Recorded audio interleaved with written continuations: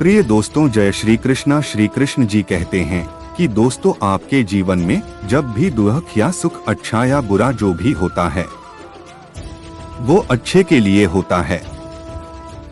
भगवान से शिकायत मत करो, अपना कर्म करो।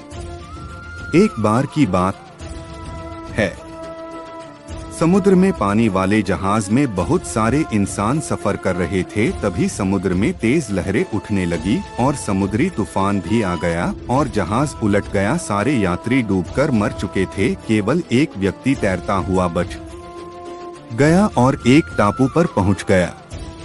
अपनी जान बची देखकर और खुश हो गया, भगवान से विनती करने लगा और मुझे बचा लो, मेरी मदद करो या किसी को मदद के लिए भेज दो। शाम हो गई पर कोई नहीं आया। ऐसे ही वह रात में सो जाता है और जब उठता तो भगवान से फिर मदद की विनती करने लगता। अब वह थक और हार चुका था। श्री कृष्ण जी कहते हैं, कठिन समय में समझदार इंसान रास्ते खोजते हैं और कायर व्यक्ति बहाने।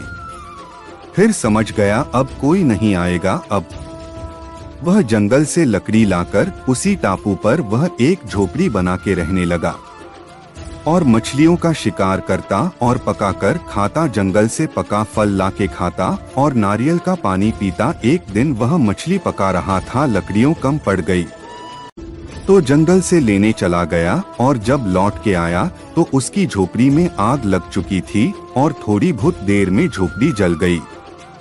श्री कृष्ण कहते हैं, जीवन में कभी निराश नहीं होना चाहिए, क्योंकि कमजोर आपका वक्त होता। अब वह भगवान को कोसने लगा और कहने लगा, आप निर्दयी हो, मदद भी नहीं की और झोपड़ी भी जला दिया, और क्रोधित होकर वहीं रेत पर सो गया। अगली सुबह जब उठा तो उसने देखा कि एक जहाज सामने से आ रहा था। श्री कृष्ण कहते हैं, असली खुशी की कुंजी यही है कि अपने मन से इच्छाओं के बोझ को हल्का कर दो। तो उसे अपनी आंखों पर विश्वास नहीं आ रहा था। उसकी खुशी का मानो ठिकाना न था। श्री कृष्ण भगवान कहते हैं, अपना दिल अपने काम पर लगाओ, इसके इनाम या परिणाम पर नहीं। उसने कैप्टन से जाकर पूछा, आपको कैसे पता चला कि मैं यहाँ टापू पर फंसा हुआ हूँ? तो कैप्टन ने कहा, कल तुम्ही ने तो फायर सिग्नल दिया था। उसने कहा, पर मैंने तो कोई सिग्नल नहीं दिया था। और सोचने लगा, कल झोपड़ी जल गया था, उसी की आग से इनको सिग्नल मिला और समझ लिया।